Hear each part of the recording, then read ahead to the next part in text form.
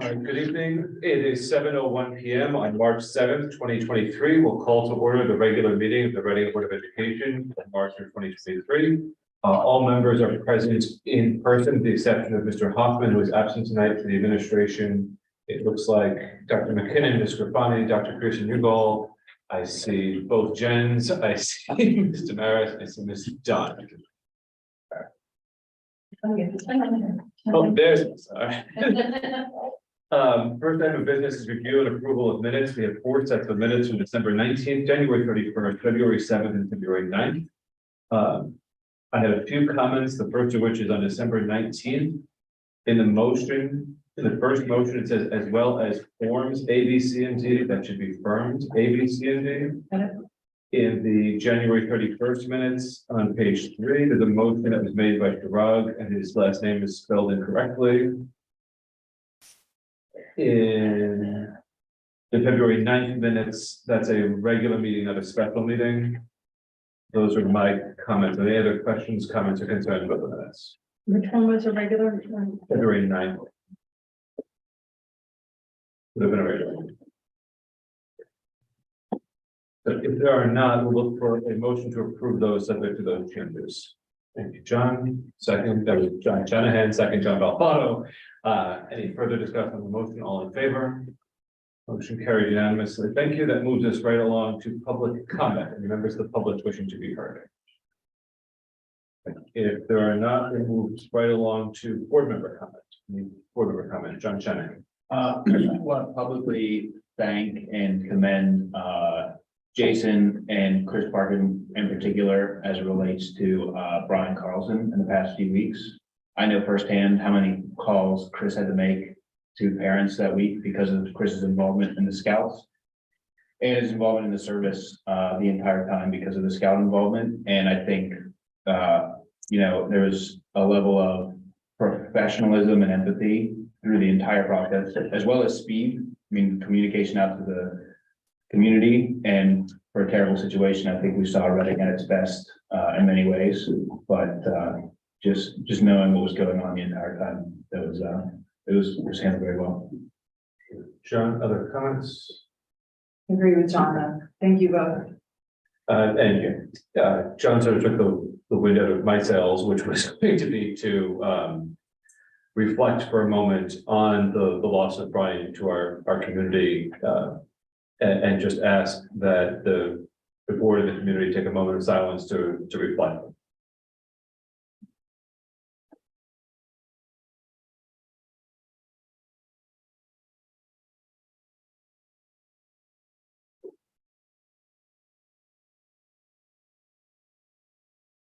Thank you. If there's no further board member comment, we'll turn it over to Dr. McKinnon for administrative reports. Okay. Good evening, everyone. We have some guests tonight from John Reed Middle School, and I would like our guests to talk a little bit about an idea that they had. I received an email from Sophia, Blewett, and Zahara just yesterday, so this is a fast turnaround. And I had a conversation with Mr. Maris and Mrs. Dunn, and invited the 3 students to share their idea with the board and to the public tonight. And their parents are also here, so can everyone just kind of raise their hand? You know, thank you. And so, Sophia, Blewett, and Zahara, would you like to? I don't know whether you were all coming up to the podium, or.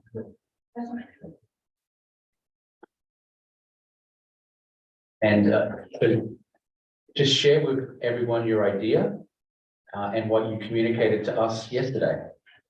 Although we are no longer in RES, many JRS students, especially 5th, 6th, and 7th graders, miss having the many swing sets, slides, tunnels, and monkey bars we used to play on. We know we will not be receiving a huge set of play equipment, but this petition was created in the hopes that our school community could reline the foursquare courts, get a new volleyball, replace the old exercise bars with swings and/or monkey bars, and to get new balls and airplanes, which were the most requested items.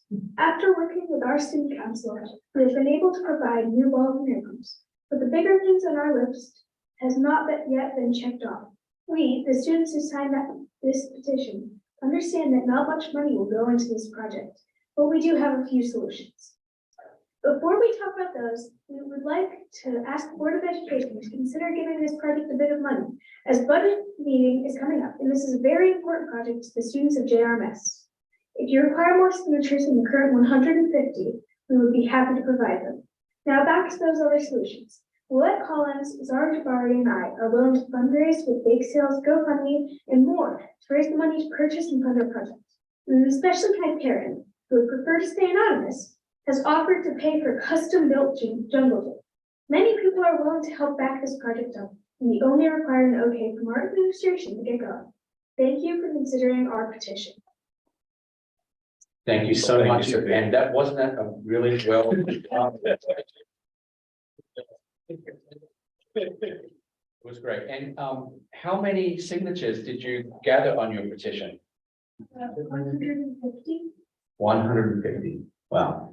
So congratulations, and I would love to work with your student council and the administration to plan next steps where we can kind of identify, and maybe you can take us on a tour of the playground, and we can start planning some fundraising activities, get the ball rolling, and maybe come back to the board at a future meeting with kind of where we are and present some ideas. As we say in Region 9, spare no expense. I'm eager to meet with you, and we'll stop by the school soon. Mr. Parker, I don't know if you have any comments. No, what's the value of the jungle gym? Do we know?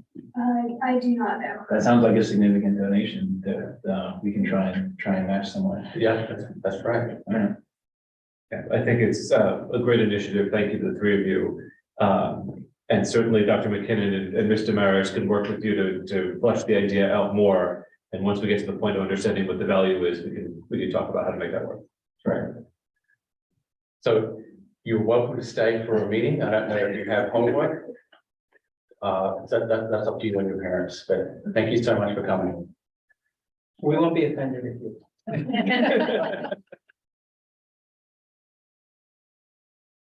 Okay, so the next item on our administrative agenda tonight is just to hear from our principals.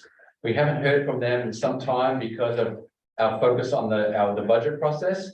So we look forward to a review from them. So Melissa, would you like to share what's happening at RES lately? Sure. So I think the biggest news that happened was we finally had a snow day. And we had snow on the ground. So our third and fourth graders were able to dust off the skis and the snowshoeing, and they were able to partake in some really great fun during PE class. Unfortunately, the weather was a little warmer days following, so the snow melted. So we didn't have many opportunities to engage in those fun activities, but the snow day was great. Last week, we also celebrated Read Across America. This year's theme was Be the Positive Change You Wish to See in the World. So each day, students and staff engaged in different texts, and each day was also a different theme. So for example, one day was Bring the Community Together. So we all rocked our RES spirit wear. Another day was Activate Inner Strength. So kiddos wore superhero costumes to school. So it was a really fun and creative way to get kiddos excited about reading. And then this Friday, we're very excited. The RES PTA is sponsoring an event for us. It's a special music program. It's called American Roots Music, and students will be singing, dancing, and clapping along to hymns, Song of Freedom, country, blues, jazz, rock, soul, and hip hop. So next quarter, I'll give a report on that. So we're very excited. So there's been a lot of fun happenings at RES. Any questions? Two questions. Like one, I think the international festival is coming up, which is one of the most popular things I think in the spring at the elementary school. And secondly, do you have an update on kindergarten packets for enrollments? This is the monthly question. This is a monthly question. I don't believe there's been much change since the last time we've met or we spoke about the enrollment, but I can double check for you. I did have something else for RES, and we received an email from Angela, who's the PTA co-president at RES. The mural. On the murals, and I do have some pictures here, which I'm Trying to bring up on, trying to get my screen to share. Hold on one second.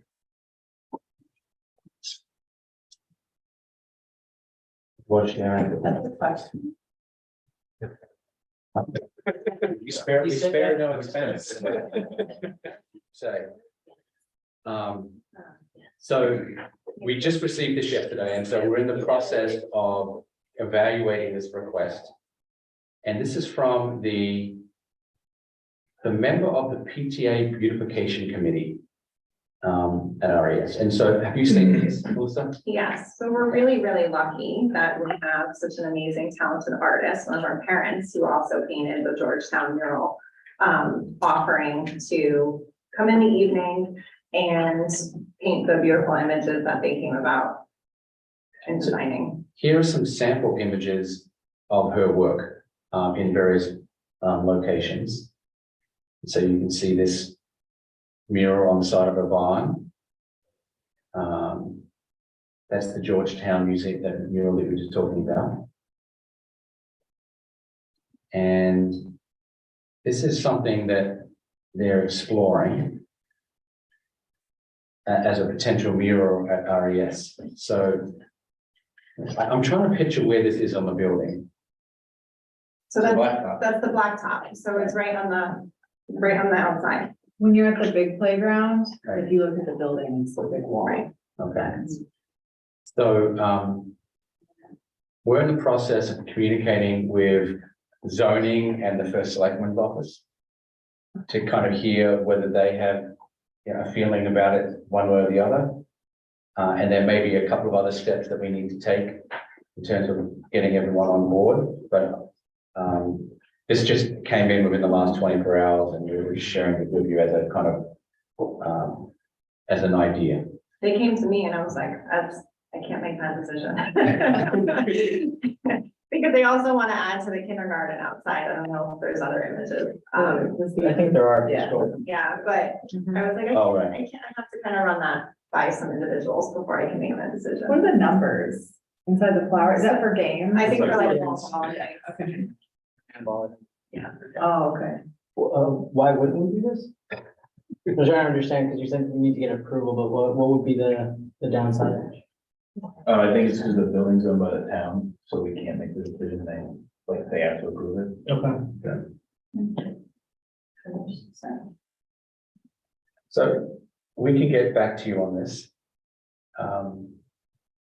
Certainly looks lovely.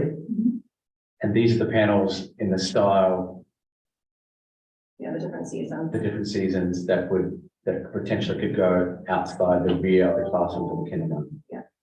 That's where they would go. Do you need our approval or just town approval? I think what I'd like to do is find out the steps Yeah. and then let you know that, you know, the town needs to approve before you need to approve, or vice versa. Right, and it sounds like all this is being donated, we have to accept the donation also, because I'm sure there's an inherent monetary value to this.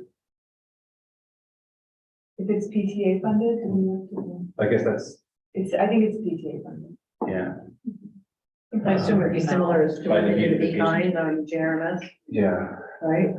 but I guess for the purposes of right now, is this is a 24-hour-old conversation as far as we're concerned, is. Yeah. Based on this, is there any questions or concerns about the project from the board that might sort of animate the way in which the conversation goes forward with the administration? It doesn't sound like it. Right. So I think for right now, it's a figure out what needs to happen, and if it needs some sort of governance approval, we take care of it. Right, right. But we did want to share the concept with you, because it's interesting. I think it's really cool. Okay. Right. Very good. So thank you, Melissa. Sure. Jennifer?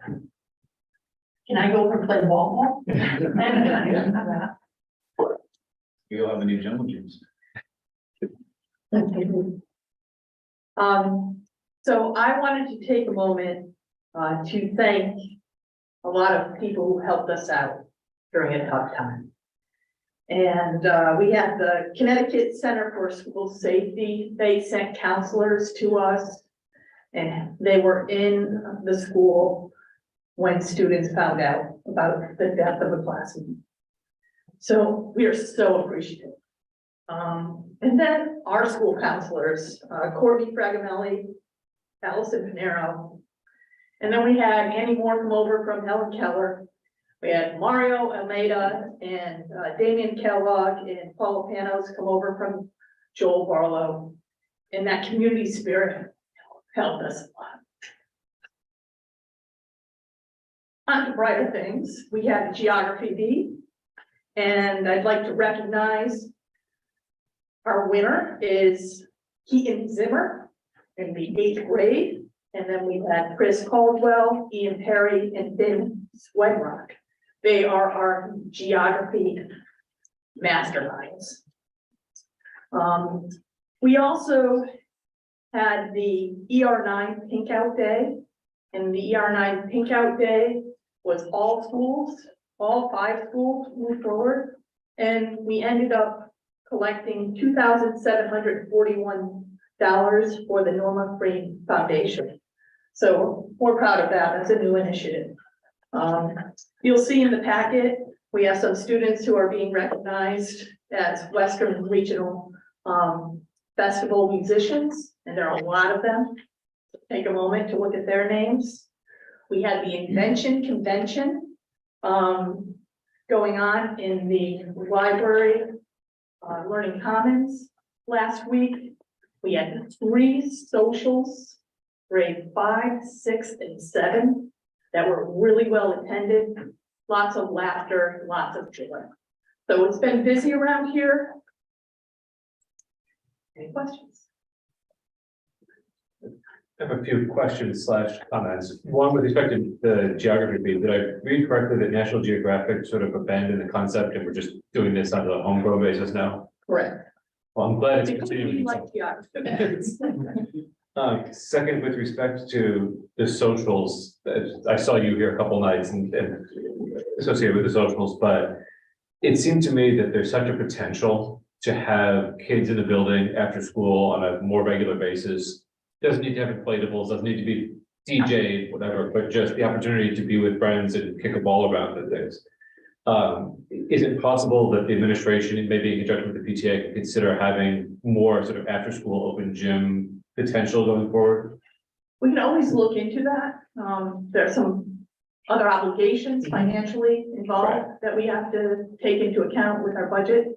But I'm sure as we move into the spring season, I know we will be having some clubs, more clubs that are athletic based meeting. We also have spring break camp.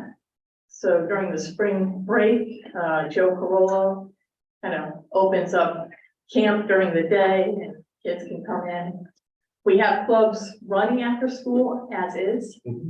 So yeah, I think always looking for more opportunities. It'd be a great time. It feels like with kids in the building, there's a greater sense of community as opposed to everyone's just out of here and at 4:30, it's a quiet space. Yes, it's also my work time. So I think it'll be fun if, go off script, but when 20 years ago, over 20 years ago, we used to have a homeroom volleyball tournament in the 8th grade. I think it'd be neat if we could come up to the council with some tournament type things that are just fun, that would involve kids and, you know, the purpose is to just be together. Yeah, I think community building is important. And in that vein, back to sort of the serious topic, thank you for the work that you did around coordinating with counselors and everybody else coming and going through the building. To a person that I interacted with over the past 3 weeks, everybody was extraordinarily complimentary about the school's response and how everybody's needs felt met at the right time. It's community. Yeah.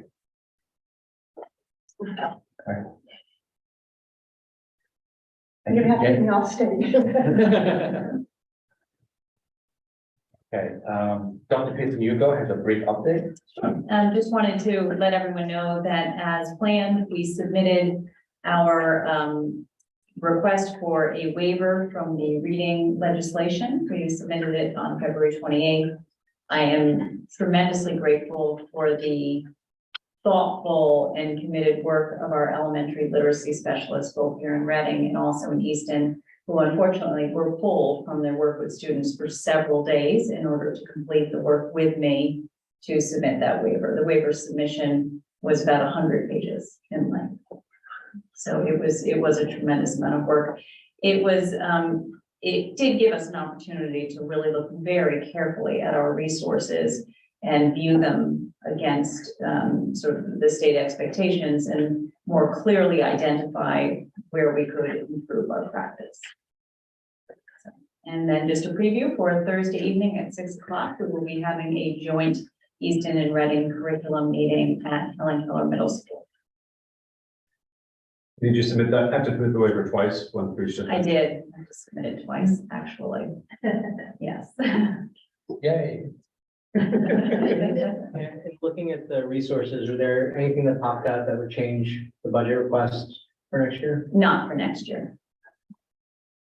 No, there might be some supplemental resources that we might augment, but most likely with grant funding.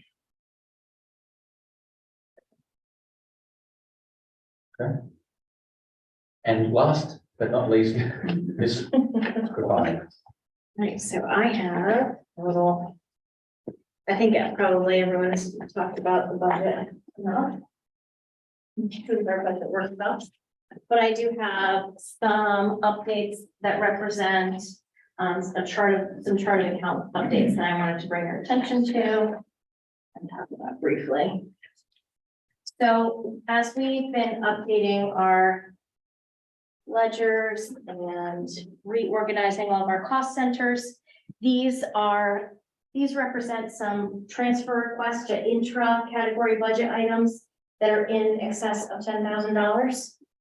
And so they are, the very first one is that salaries including administration secretaries were all lumped into one particular budget code. And so it's an old account code. So it's a request to adjust that budget to the correct account. That's the first one. The second one, again, is a correction. And this specifically is the offset to pre-K tuition. And so it was budgeted not in the same line as the salaries that it would offset. So obviously I'd like to make that correction, but that's why it's a negative number. And then for the next line, you'll see that there's actually a special education tuition with a P and then with an A. And one of them is for out of district and the other one is for tuition for another LEA. And so that's basically something that's a school that's associated or in district. And so I'd like to adjust that code as well. And then last but not least, we had a teacher who transferred from John Reed Middle School to RES. And so making sure that those budget codes align so that your budget object summary is more reflective of the salaries in the correct locations. So those are my transfer requests. I assume that all of these changes have also been made in the budget for next year already. Yes. And when you talk about tuition for other LEA, you're referring to Easton in that? This one's actually, this actually refers to two different places. And Easton is not included in those, but it's CES and Ed Advance. So I'm wondering what the difference between out of district and other LEA is in your distinction here. So the state actually gives us that information and asks us to designate it in those ways. But isn't out of district often other Yes. LEA? They gave us a list, they said, this is what you need to do, and so we do that. So So it's some of our, I guess some of our placements are, Specifically for that, yes. some of our placements are out of district, but not managed But by not- LEA. Yes. There's so when we submitted one of our reports, they came back and they said it would be really a best practice for you to break these up. And so we have. So before we move on to the rest of the finance director's report, we'll look for a motion to approve the transfers, and Mr. Connie has a draft, and he wants to read it and make that motion. Move that the Reading Board of Education authorize the transfer of funds as reported by the Director of Finance Operations and Technology for the 2022-2023 school year, as indicated in the March 7, 2023 budget transfer memo. Thank you, John. Second, Shirag, any discussion on the motion? There is not, all in favor? Motion carries unanimously. Thank you. And so then these changes will then be reflected next month in your budget object summary. So as an example, specifically that tuition line, you'll see is on page.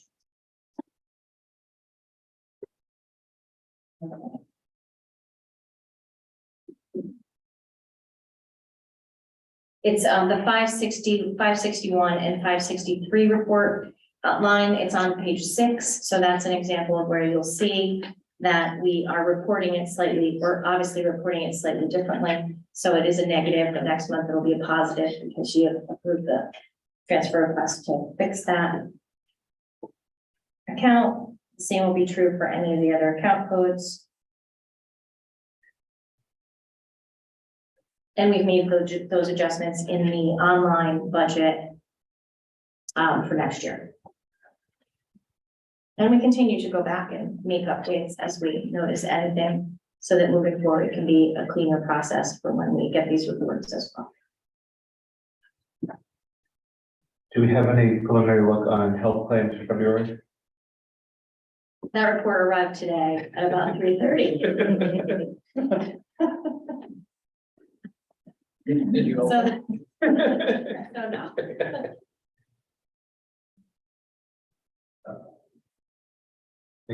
When we do it, if you'd like a preliminary, if you'd like the update ahead of the next Board of Ed meeting, I'm happy to provide that to the board chair, and then he can. I think that would be helpful because we have our budget hearing in less than 2 weeks now, so having that on hand would be helpful. Absolutely. Do we want to talk about the change in the budget increment at this point? From 3.26 to 3.1. Not 1 point, but yeah. Just to make sure we're all on the same page. Sure. So we discovered a small change since we approved the budget at our last meeting. The dollar increase and the overall dollar amount of the budget for 23-24 has not changed, but the percentage changed from 3.26 to 3.18. And that is a reflection of where we budgeted the facilities manager. If you remember, that position was approximately 17,000. So can you talk a little bit about the mechanics of that, Sarah?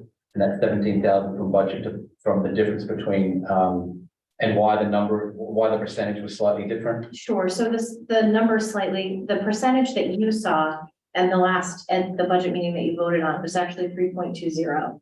What the public saw for a little bit of time was a 3.26. And that was because I did not, in the budget that you saw, I backed out the facilities position. So minus 17,400 and $17,400. And so that adjusted the increase from a 3.2 to a 3.18.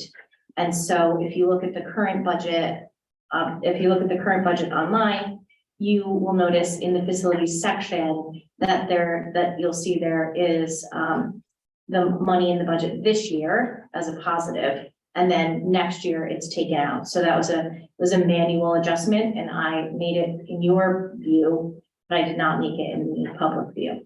So I made that adjustment, and obviously the budget decreased to 3.18. The number is the same. Right. The number hasn't changed. It's just the percent increase is The percent. correct now. Yes, that is correct. But the numbers themselves did not change, just the percent increase. But it was actually a decrease. Sorry, it went from 3.12 to 3.18, right? Yes, that is correct. So it is a 3.18% increase. Just don't want anybody surprised when we go to the town with a different number than Yes. as part of the increase. Anything else on finance operations?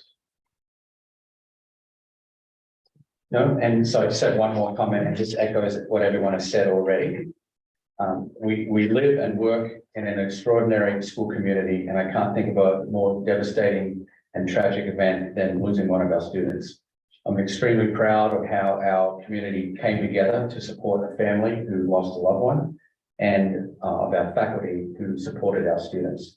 As we move forward, we'll continue to focus on healing, and we have had some discussions on what healing looks like, and also some efforts on never forgetting what Brian meant to all of us. And Chris and I have had some discussions about that, and we'll provide more information to you in the coming weeks and months.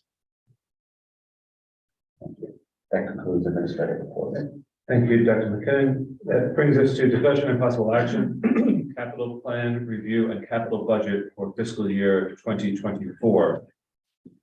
If you'll recall, at our last meeting, we approved a request of $65,000 for the alarm panel in this building as part of our capital plan to request for the current year. In addition, we said we were going to come back with firmer numbers with respect to the elevator situation.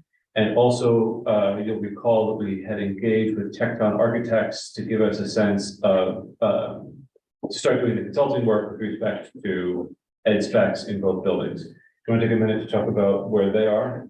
Sure. Well, I did add the ed spec number to phase one at the bottom of that spreadsheet for $27,550. And so, hold on one moment. Okay, so we met with Tecton on February 3rd, and they brought out a team from their architect firm. And I asked the administration to assemble a team of 2 to 3 faculty members, including themselves.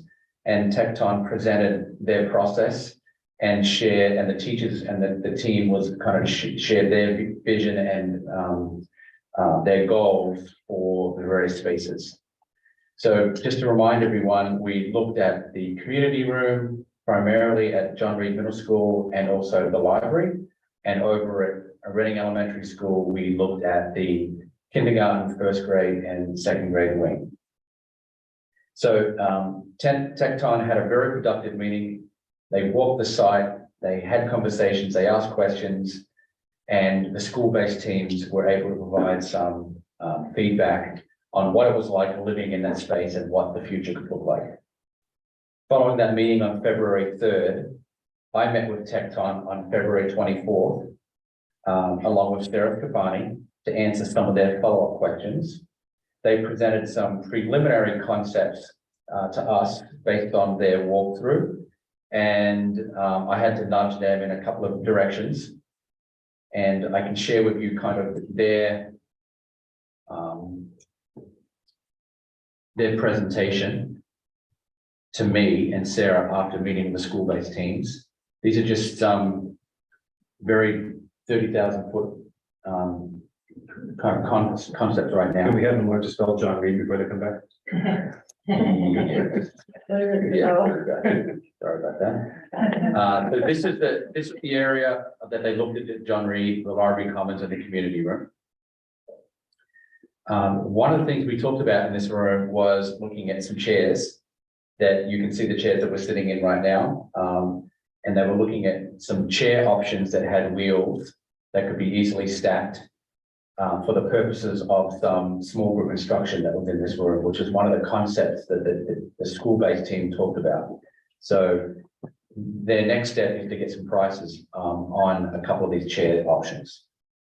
We also looked at furniture options and tables for this room. So we have tables like this, which are very good for a scholastic book fair or an invention convention or so on, but they're not great for moving things around and having students work in collaborative groups. So they did propose a couple of table options for what that would look like, which is, you know, one table would be this kind of the table on the left that can easily be folded up. You can see here. And then you can put those tables into various configurations, right, to kind of form small group. So those table configurations will go along the chairs. And so Tecton's going to give us some information on that. In terms of the library, they essentially reported that the library is in really, really great shape. We looked at the reading room, that's the name of it. And one of the things we wanted to address in there was the sound. And so they came up with some ideas. Again, this is a beautiful space. We didn't really need to change anything to do with this particular space, but they came up with some ideas on some acoustic tiles, which you can see here, which would make that room much more user-friendly in terms of having presentations and discussions. And they look pretty neat, right? So there's a very simple solution to kind of, fixing that reading room and really making it user-friendly. And then in terms of the library itself, the library, one of the things we had to look at was, do we move the stacks and where the books are?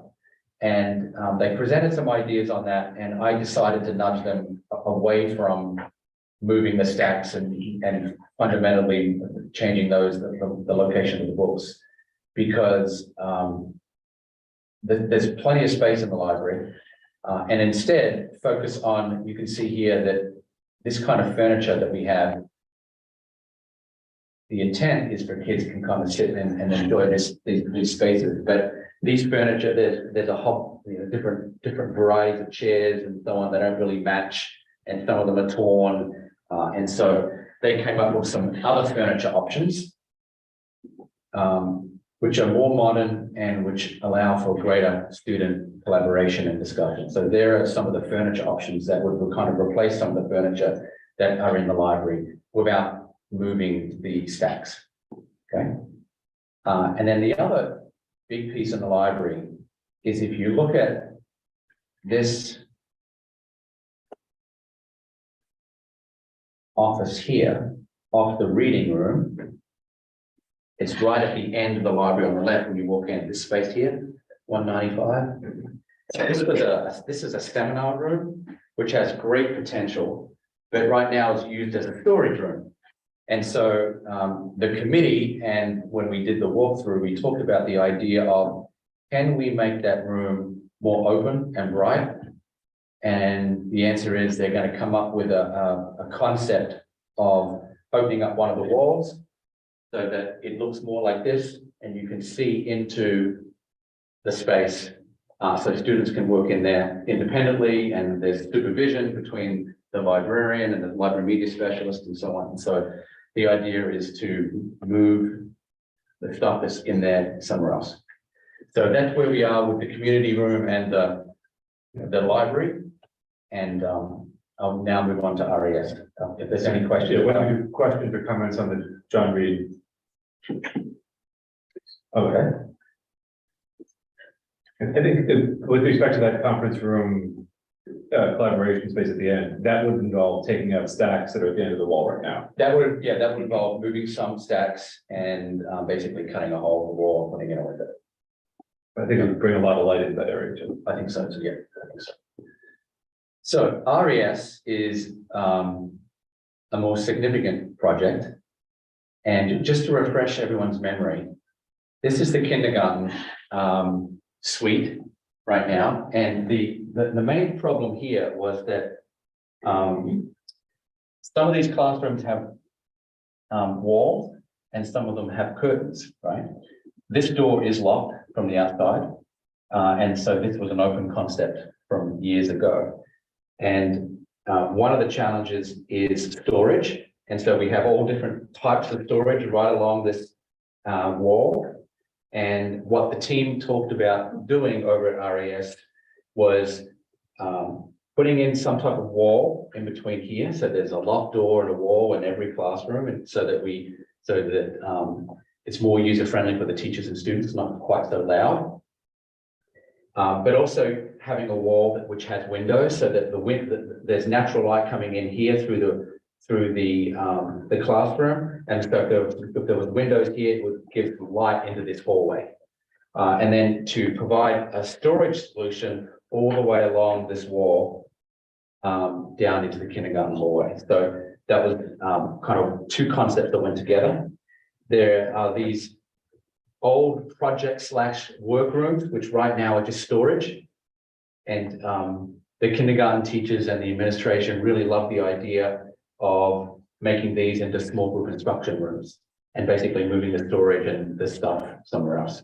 And these walls already have walls and windows, and so it could be a kind of a nice space for classrooms. So what that looks like in the kindergarten room is you can see here the walls, the small group rooms, and the storage that would go along the outside wall that I just talked about. Okay.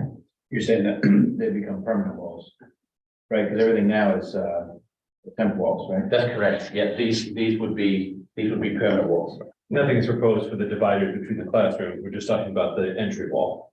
I believe, Based on that actually, drawing, I think we talked about that as well. Let me double check that, Chris. So yes, John, to answer your question, that's true. Because this was brought up by somebody about this, the safety, the school code, safety codes for locking doors in these rooms, right? This would solve that. Right now, the solution is that the kindergarten wing is a secured space, but the individual classrooms are basically within one secured space. Yeah. This would create multiple secured spaces. Right. So what does that look like? Well, there'd be various cubbies and storage solutions that would go along the wall, both inside the classroom wall. So some of these cubbies would go here, right? For jackets and so on. And then some of the other furniture would go along that outside wall, right? And right now, I think there's all different furniture cabinets and they're in various conditions. I'm sure if you've seen them. And what Tecton will do is provide us prices for standalone furniture, which may be a little bit more expensive, but you could always take out a piece and replace a piece. They'll probably also provide us with quotes on what millwork just looks like, which is basically, think about your kitchen cabinets all along the way. So they're going to give us a couple of options there. Where's all the stuff going to Jason? What's that? Sounds like there's a lot of rooms of stuff. Where's all the stuff going to go? The architects, the architects have been working with schools and teachers for a long time, and it's not foreign to them that generally teachers, if you haven't changed the space in a long time, we accumulate a lot of junk. And I'm saying we because I was a classroom teacher as well, right? So that was the furniture along the wall, and then there's going to be some updating of the kindergarten furniture on the inside. So just various tables and furniture options, which are pretty exciting. And then it gets into the second grade wing. So the second grade wing, if you recall, you can't really see it here, but let me take you this is the second grade, sorry, the first and the second grade wing. So the first and the second grade wing, right now, these are the classrooms, and we have these standalone little cubicles on the outside of the classrooms, and within these cubicles, we have places for students to put their book bags and their jackets and their coats, and there's also in some areas there are like small tables and chairs for small group instruction that happens outside the wall, the rooms and so on. And so what we asked the architect to do, and our teachers over at RES, they also want to have kind of permanent solutions, because these walls are permanent, but they're kind of semi-permanent. So we asked them to kind of consider, can we do something with these walls because the acoustics isn't very strong? Can we look at the millwork that is kind of tied at the end of these hallways here? Can we look at this small group instruction place and make it kind of brighter? Because right now it's kind of closed off. And then we asked them to look at these large spaces that are in between the classrooms that are in the middle. So what they've come up with is essentially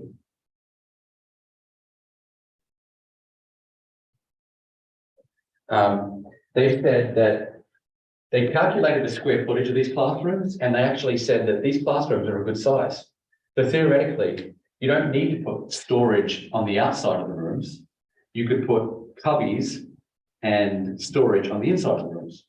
Right, and so that's something that we were delighted to hear. And if you put the storage on the inside of the rooms and you make these walls more permanent, that means you have a lot more flexible opportunities in these yellow spaces, which are in between the classrooms. And they came up with some ideas for this kind of teacher's workroom to be a more flexible space. So what did that look like? They are, again, looking at various, let me move down here. So here are some cubbies and some options for some first and second grade students that could go on the inside of classrooms. Some additional storage that could go at different ends of those buildings, at the ends of the flexible spaces. You can see here that this is the current millwork that is there that has been replaced in some time. And so this furniture could, these types of storage cabinets would replace that stuff and kind of be more utilitarian and plus make it brighter. Then they looked at various storage options inside the classroom to make them more uniform, because all the classrooms have different storage options. And that was their presentation. So their next steps is that they've received furniture costs, but they know what tables, chairs, and so on. They're going to be getting some quotes from to do the carpentry and the basic demolition and replacement of these walls by the middle of next week. And we should have prices by the end of next week on, putting this vision together. So the end of next week, I think we should have some concrete information. And then at that point, I suppose that you can probably bring this information to the facilities committee. Yeah. And then if we're in a position to move forward on the current budget cycle, we'll have to move with pretty decent pace over the next couple of weeks to get this done. Or at least to get a funding request in that's within margins. So yeah, some prices. So prices next week, I think. And we could probably do this spot or something. If depending on where they come in, we'll probably want to talk to facilities and talk to the full board possibly on a special meeting basis, just to move this forward. Because I would hate to get to a point where we understand what the costs are at the end of April and then be waiting a year and be having this conversation about how that's. And then we miss the summer. Right, there's an opportunity in this So summer. this phase 2 number, I hope we can fill that out. Yeah. So, and really, it's phase 1 if you consider it as part of the design work. Right, design in phase 1. Yeah. Okay. All right. Before we move on to the elevator, are there any questions or comments that whole discussion brought up, John? So whatever number we're plugging in here is going to go into the next budget. So that'll take our 3,319 to no. So this would all be a capital request, is the way it's been presented so far. It sits on our capital plan as specs upgrade phase 1 and phase 2, basically. So whatever number, and we've advised the long range financial planning committee for the town that this is contemplated. I don't know what the number is. Once we have a better idea of what the number is, we'll figure out if it's something that's tolerable for us to request and how we feel about it. And then that's where, and it might be a conversation about splitting this nut into 2 rounds also, depending on where it shows up. So. Yeah. And just to remind everyone, we put the RFP out, I think, in December, or we got it back in December. Yeah, December 19th, we selected Tecton. Right. And so I think we're moving at a pretty steady pace. Just Just a question process. Whatever request we make, does that become a vote thing, or does it budget finance committee decide? It would go to the Board of Finance to approve it, and then it would end up being on a referendum for the town. Have you had any preliminary conversations with them about it? Only in as much as they're aware that the project exists. And we've shied away from putting a price tag on it because we wanted to let the experts give us a sense before we pigeonhole us one way or the other. So. All right. So that is where we are on ed specs. With respect to the other item that we had projected in our capital plan as request in 22-23, that's the elevator replacement at the elementary school, with the capital plan reflects at a cost of $150,000. And we've also advised the town that we anticipated making this request this year. So I'm going to read some notes that Mr. D'Agostino was kind enough to put together on this project. The current elementary school elevator is from 1993. The functioning lifespan of an elevator is typically 30 years, which makes it effectively end of life. There are concerns about whether parts are difficult to locate, and the committee and ultimately the board decided that we're at the point where we should be talking about replacing it and modernizing it for the purpose of avoiding a costly breakdown. The initial information that we've been able to gather with respect to the cost of replacing the elevator is materially higher than what the capital plan projected. And it's more in the neighborhood of $250,000, $260,000 instead of $150,000. And so in light of that, we have a couple of options here. We can make a formal request we can add this to our alarm panel request and say we're requesting, not to exceed $260,000 for the elevator replacement, put it out to bid, go through that whole process. Alternately, we could wait till we understand what the Tecton number is and see if we want to package those together or spread those costs out over a number of fiscal years. Or we can decide based on the additional expense that was against our estimate that we postpone the project a year. And among all of those things, we can also have a conversation about whether or not we want to kick it back to the facilities committee to review the quotes that were provided and consider what their view is, particularly in light of the fact that it sounds as if we're going to be coming back together in a short period of time to talk about the Tecton proposal. So that's the universe on the elevator at the moment. It is functional but at end of life, and it looks like it's going to cost $250,000 to replace it based on what we're being told. What is the board's temperature on how to go about handling the elevator work? If say we decided to punt it for a year, well, what's the estimate for like a breakdown? Is it 10,000? Is it 50,000? Breakdown? I think it's a question of what it is that breaks down and how you find the parts and make sure you're meeting the needs of whatever whoever needs to be moved up and down at that time. I think the concern was more when we talked about the last facilities meeting is if it does break down and there's a student that maybe is in a wheelchair or something like that and they can't move around the building.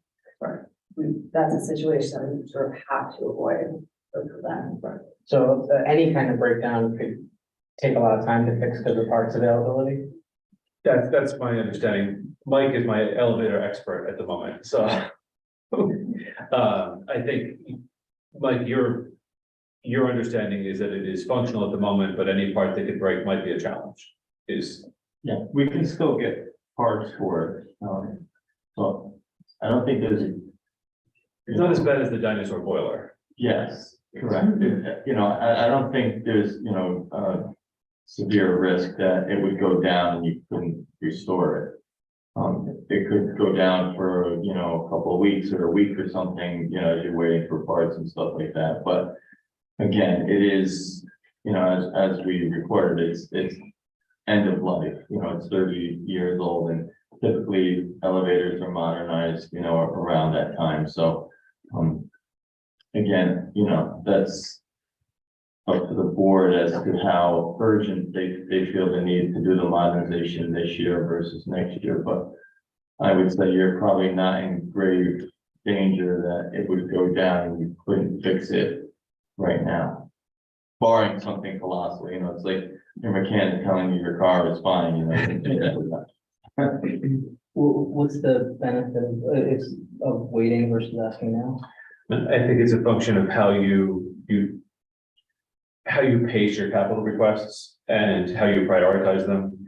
And, you know, you can go and say, if it's $260,000, we're looking at 325,000 between the two top items in the current year, plus whatever the ed spec is gonna come in at, becomes a pretty significant number. When the elevator and the alarm were 200 together, it didn't feel like it was as material an ask, while also looking at a number of items coming up in the 2-year out piece. It begs the question whether or not we're looking at a bundling of several infrastructure projects into a larger ask in the 25 cycle to say, now let's do the RTUs and the elevator. Now we're at $700,000, $800,000 all at once. Is that an easier pill to swallow for the Board of Finance? I mean, because it's almost like we don't have where these are safe, health and safety. Right, We have to do. the work has to get done. It's a question of how much of a can kicking exercise you want to get involved in, and you don't want to be left holding a busted elevator. Right, and so yeah. what I'm thinking is like, well, you ask for 300 this year, it's almost better to piece it out versus, hey, we need $1 million. Right, if you project it and say, we have analyzed our capital needs and we expect to need $500,000 a year for the next 5 years, here's how it's gonna run. And if the response is we'd rather borrow $2.5 million now and do it in a lump sum, that's their prerogative. Right. But, you know, I'm a little bit concerned just in as much as we don't know what the tecton number is. And I want to make sure that if we're going to make a request for the tecton work this year, that by adding all of this together, it's not too large of a pill to swallow all at once. Can we wait until we get the tecton number? That's kind of what I'm thinking, because based on what Dr. McKinnon reported about their timeline, if we're gonna get some reasonable numbers and expectations from them by, 3/17, more or less, then we'll be in a position the following week to have a conversation about what that all collectively means. And it doesn't need to be a lengthy conversation, it just needs to be a matter of priorities. When's our drop dead for submitting the class? I mean, ideally, we're in a position to formalize all this in advance of the budget hearing on March 20th, but based on this conversation, I can also report, here's where we are, here's what's going on, here's what we expect, and move in that direction. Because there's certainly a lot of activity between March 20th and April 10th or so about finalizing. For the actual replacement, Mike, is it like a summer project? How long does it take? So it's probably a 5-week project. The difficulty is that, once you pull the trigger and order it, it could be 12 to 16 weeks before you get the equipment. So this may be difficult to try and do this summer anyway, not impossible, but Yeah, I mean, I guess that begs the question in our municipal finance cycle, how you would ever pull it off the summer project unless you're getting financing off cycle. yeah, I think you can probably sequence it where you start in the summer and you carry over and doing some of the work. Again, trying to get, there's challenges no matter what, but you gotta find a sweet spot where you can take some of the summer and then carry over. Because ideally, you're ordering by now to have it by the end of the year, by the end of the academic year. Yes. And these are all projections, all based on availability at the time, Right, but you don't want to be sitting there July 15th waiting for the parts to show up. No, you can't start till you have everything. And it wouldn't be something where if it broke down, we could be like, oh, let's not fix it and replace it.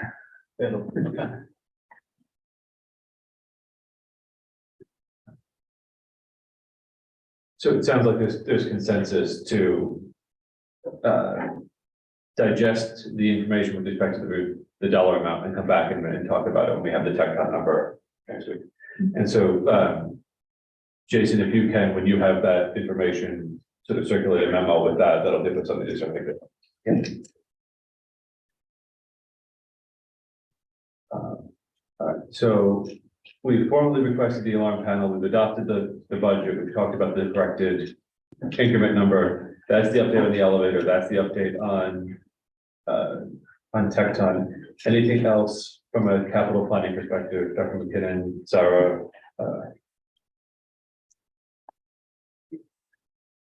No, all good, we have big pieces. So that would conclude the capital plan review and capital budget for fiscal 24 item. Are there any board committee reports? Are not, that is the last item on the agenda. We'll look for a motion to adjourn the meeting. Laura, second, Chirag, is there any objection? Seeing none, we are adjourned at a nice and tidy 8:02 p.m. The record.